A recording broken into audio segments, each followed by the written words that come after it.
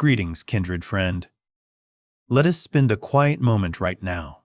Imagine a silent evening. You stand before the mirror and suddenly stop to look deeply into the eyes of the person in there. An existential question softly touches the mind. This person, who have they truly become? The wrinkles at the corners of the eyes, the graying hair, the traces of time imprinted on the flesh, seem to be whispering about a loss. Most of us spend our whole lives fearing old age, worrying about decline, only to often realize too late that old age is actually the greatest teacher we have ever had. Dear friend, Buddhist wisdom gifts you a liberating truth right this moment. Change is not our enemy. It is the natural heartbeat of life. What if old age is not something to be avoided, but a gift worth receiving? What if I told you, getting older is not a loss, but a sacred unfolding of the soul? In tonight's journey, we will explore 5 lessons of awakening together to turn fear into sovereignty, turn weakness into the power of wisdom. Let your mind rest, because the journey from the darkness of anxiety stepping out into the light of liberation officially begins here. Lesson 1. Accepting age as a priceless gift. Notice the silent feeling every time you touch your now graying hair, or when you realize your skin no longer has the plumpness of the old years. A melancholic sadness often arises, because the world out there has spent decades convincing us that a person's value lies in external radiance, and wrinkles are exactly the traders signaling decline. We lie down every night with a desperate effort to hold on to a spring that has receded into the past. However, in Buddhist wisdom, beauty has never been something static on the surface of the skin. He taught that everything is most beautiful when it follows the flow of nature.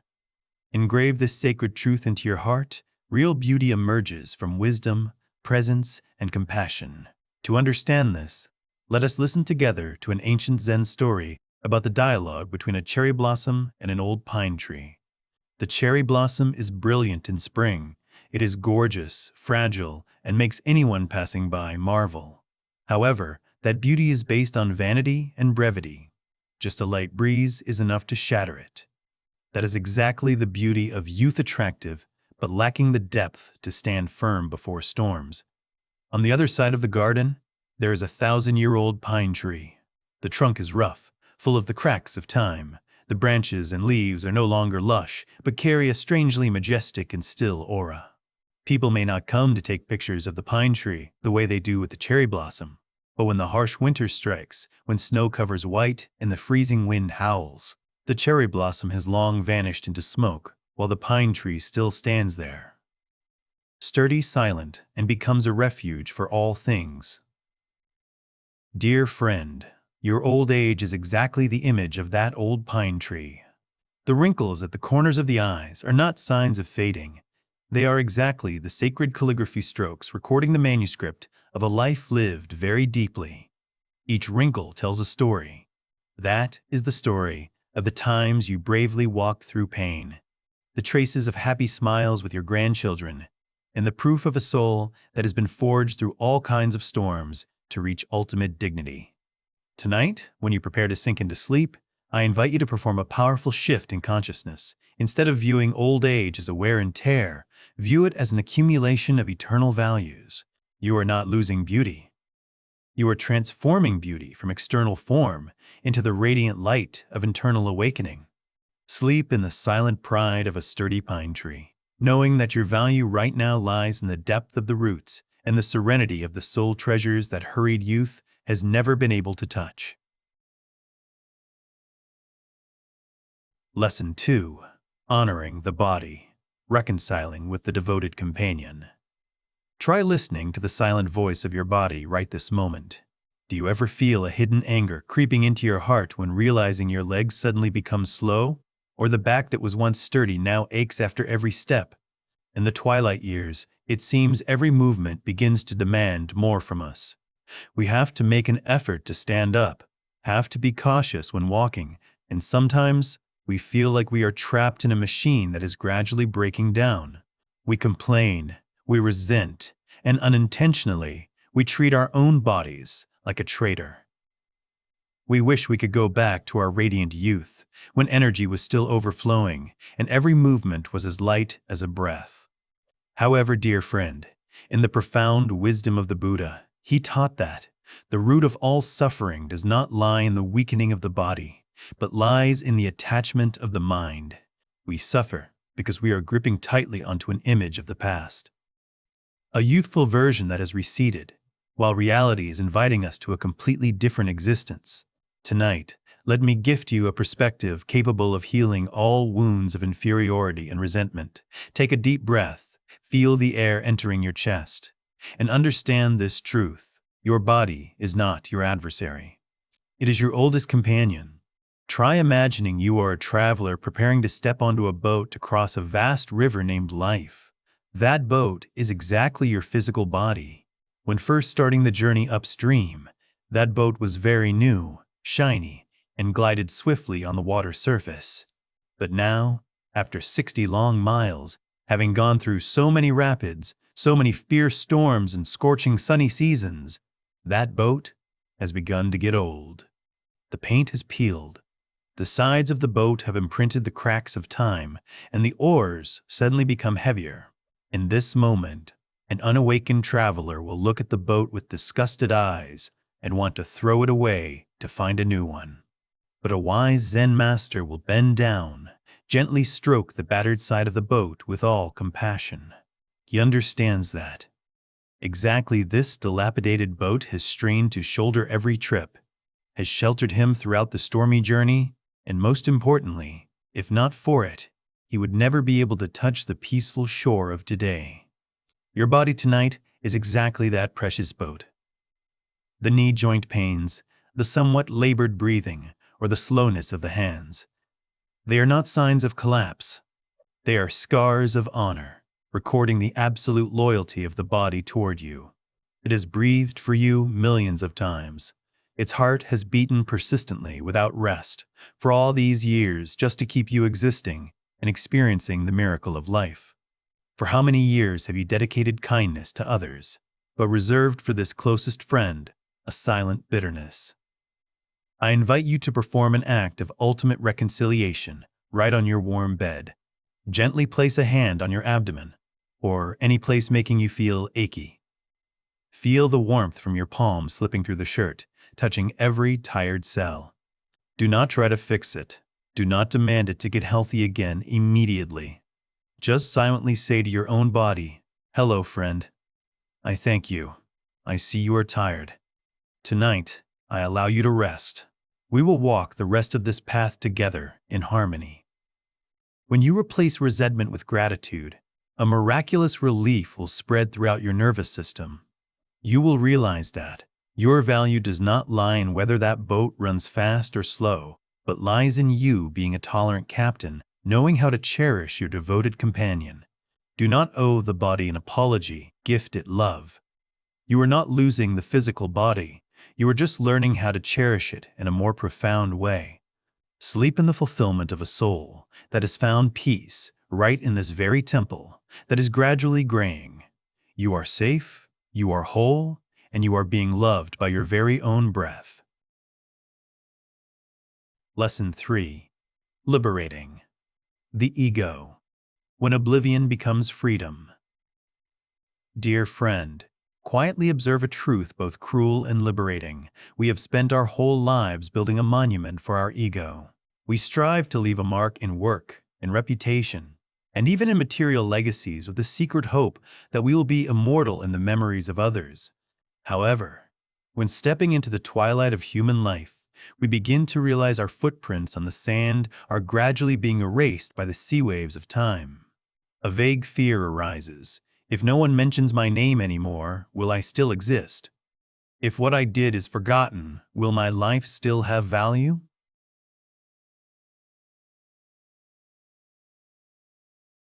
In the depth of Buddhist wisdom, he taught about anatta non-self. He affirmed a truth helping us let go of all pressures of showing off. The idea of a permanent identity is an illusion. We are like painters trying to draw on the water surface.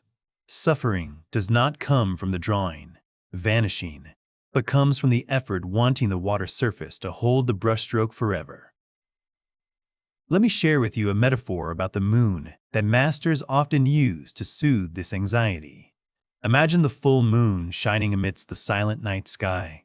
Suddenly, dark clouds roll in, obscuring the view.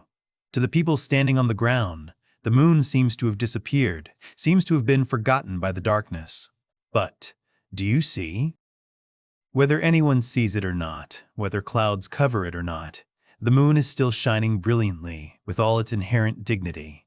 The light of the moon does not depend on someone praising or remembering it. It shines simply because its nature is light. Your value is exactly the same. You do not need to be inscribed on golden boards. Do not need to be the center of attention to feel important. The truth is, the goodness you once gave away, the kindness you reserved for strangers, and the love you watered for your descendants, all have merged into the eternal flow of the universe. You may be forgotten in name, but the frequency of peace you have created will remain forever, like an underground spring nourishing the Mother Earth. Tonight, when lying in the forgiving darkness, I invite you to perform a great liberation for your nervous system. Allow yourself to be nameless. You no longer owe the world a flashy image. When you let go of the fear of being forgotten, the heavy ego will dissipate, making way for an unprecedented light freedom. Whisper to your soul, I shine not to be seen. I shine because that is my nature. When you no longer cling to recognition, you will realize you are exactly the vast sky, where the obscuring clouds of oblivion can come and go, but your pure presence is always whole, still, and priceless.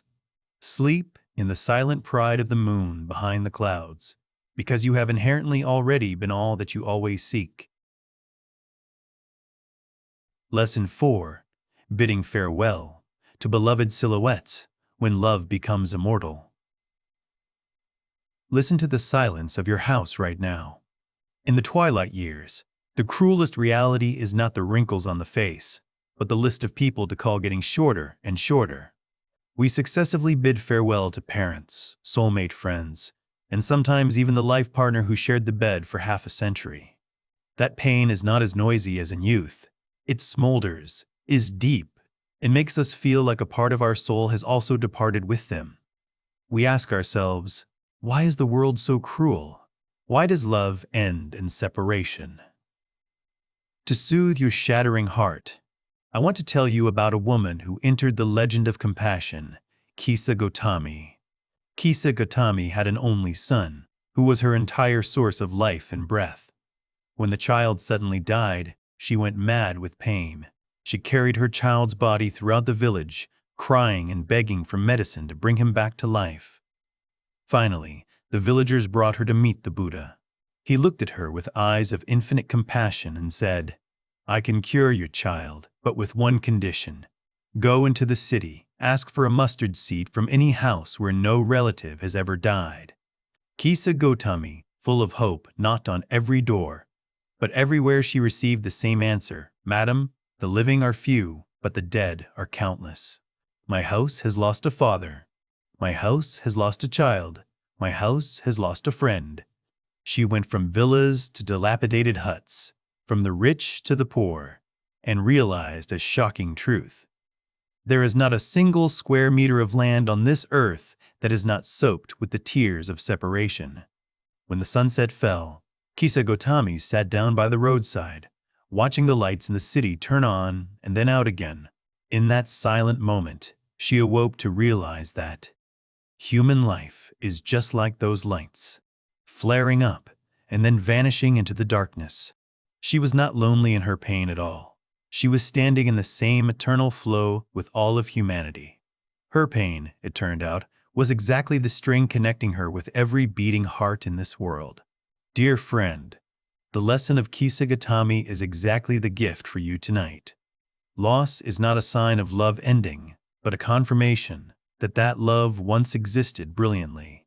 When you mourn a person, it is proof that you have lived a life truly rich in affection. Perform a sacred transformation in consciousness. Instead of looking at the gap the departed left behind, look at the light they lit up in your heart, their good qualities, their smiles, and even the way they loved you. All have become a part of your flesh and blood. Engrave this soothing truth into your heart. Love does not vanish. It transforms from a limited form into an eternal presence in your heart. Tonight, when you feel the chill from the empty chair beside you, try performing a ritual of gratitude. Take a very deep breath, bring warmth into your chest and whisper, "Thank you for visiting my life. Thank you, because we once belonged to each other." When you transform pain into appreciation, your nervous system will receive an ultimate safety signal. You are no longer an abandoned person. You become a living library preserving the noblest values of the deceased. Let the teardrops, if they must fall, be the cool water watering the flower of mindfulness in the heart. The night is deep. Sleep in the warm embrace of eternal love, because the ones you love have never truly left you. They are smiling and sheltering your sleep from a still sky right inside your very own soul. Lesson 5. Finding Joy. In Simplicity, Unearthing. The Spring of Sukha Life. Dear friend, try quietly looking back at the journey that has passed. Have we spent most of our lives believing in an illusory promise of the mind? We tell ourselves, "I will be at peace when this illness subsides. I will be happy when the children settle down. Or I will be serene when all these worries end." Inadvertently, we turn peace into a destination always lying ahead, a reward only reserved for distant tomorrows. However, Buddhist wisdom gifts you a shocking truth. Peace was never hiding in the future. It was waiting in the present. In the twilight years, when the races for fame have concluded, you are gifted a great power. The ability to recognize miracles in the simplest things. In the language of awakening, there is a concept called Sukha, meaning the joy of profound fulfillment. Unlike the momentary excitement of youth, Sukha is like a pure underground spring flowing silently beneath the earth. It is not noisy, but it is persistent and always there to nourish you, even when the world out there becomes silent. Tonight, I invite you to practice the art of caring for the soul through small but dignified rituals that you can perform every day. First is the tea enjoyment ritual. Tomorrow, when you sit by an early cup of tea or coffee, allow yourself to have a date with yourself. Do not read the newspaper. Do not look at the phone.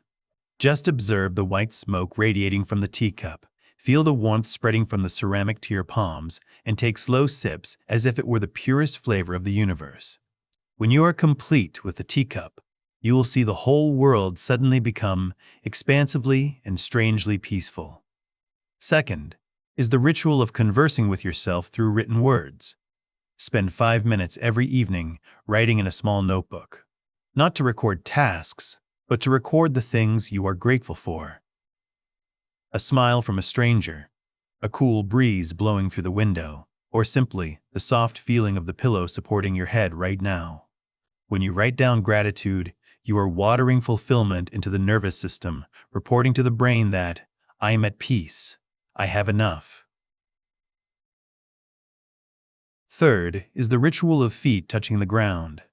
When you take a walk, even if it's just a few steps in the yard, let your mind catch up with your feet. Feel the contact of the soles of your feet with the tolerant Mother Earth. Do not walk to get anywhere. Walk to know you are still alive, breathing the clean air of heaven and earth. Dear friend, old age is not when your life shrinks. It is when you begin to learn to see the treasures that hurried youth often misses. You do not need to do anything grand to feel valuable. You do not need to be busy to feel you have a purpose. The greatest happiness right now is the ability to sit still alone in an empty room and still feel your heart full and whole. Tonight, allow yourself to rest in absolute simplicity. Let the desires for the bustle out there silently leave. You are at home. You are full. And in this sacred simplicity, you are exactly the most radiant embodiment of peace. Lesson 6. Shedding. Old Identities. The Art of Lightness and Rebirth.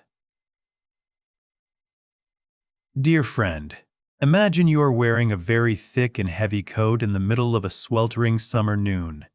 That coat protected you through the freezing winters of your career, of raising children, and of social struggles. But now, when the sun has softened and the afternoon breeze is blowing, that coat suddenly becomes a chain, making you unable to move leisurely. There is a silent pain that most of us carry when getting old. That is attachment to an old identity that no longer exists. We lie down every night and silently mourn for the person we used to be. We remember the position we once had, the power we once possessed, and even the roles that the whole world used to look at to define us. When those roles end, we feel like an abandoned ruin, an entity gradually receding into the darkness of decline. However, Buddhist wisdom invites you to look at the ultimate liberating truth. The human ego is not a fixed rock. It is an ever-flowing river. The biggest mistake of the mind is trying to frame your life into a number or a certain title. Let me share with you a secret capable of healing all scars of regret and fear of aging. Take a very deep breath. Loosen your shoulders and understand this command of the soul. You are still becoming, not declining. Look at the branch outside the window. When the flower bud falls, it is not the end of the flower, but the beginning for the green fruit to form. When the ripe fruit falls back to the roots, it is not the loss of the tree, but the act of making room for the life sap to be withdrawn to the core, preparing for a more brilliant cycle. Your old age is also that sacred. You do not lose yourself. You are molting from the cumbersome shells of titles and social expectations to return to the purest core of awareness. Regrets about the past, the pains of loss, grief, or the fear of aging, all are actually lessons being refined inside you. When you dare to let go of the person you used to be, only then do you truly give yourself the opportunity to become the person you are, a wise, tolerant, and sovereign soul. Tonight, I invite you to perform a silent liberation ritual. Review the sentences starting with the words, "I used to," that are silently tormenting you. I used to be that strong. I used to be that important. Smile at those memory ghosts and whisper, "Thank you for accompanying me, but your mission is done. Now, I choose freedom." When you accept that your identity is a constantly evolving flow, your nervous system will immediately be relieved from the pressure to maintain a certain flashy image. You do not need to be young again to feel valuable. You do not need to be as nimble as before to feel useful. Your value right now lies precisely in the profound presence of someone who is seen through the law of impermanence. Sleep in the silent pride of a soul that has bravely left behind the old armor. You are not fading. You are becoming as clear as crystal, as light as a breeze of the sky. Tonight, let the person of yesterday rest completely, so tomorrow morning, upon waking up, you are again a green sprout of wisdom, radiant and fresh in every present breath. Greetings. Our journey of consciousness tonight has taken you from the agitations of identity, through the harbors of the present and contentment, to the moment you realize you are a vast ocean, dancing with the waves of time. Understand this final truth. The peace you seek has never been ahead of you. It is always right here, the very moment you choose to stop to love yourself. If the teachings of the Buddha tonight have brought a little warmth to your soul, please help me spread this light with a like button and subscribe to the channel. That is how we together light the lamps of awakening amidst the long night. Before closing your eyes, I invite you to leave a comment. I have arrived home as a sacred commitment to your own mind, wishing you a long night of peace, complete letting go, and waking up in the magnificent light of a new being. Goodbye, and see you again.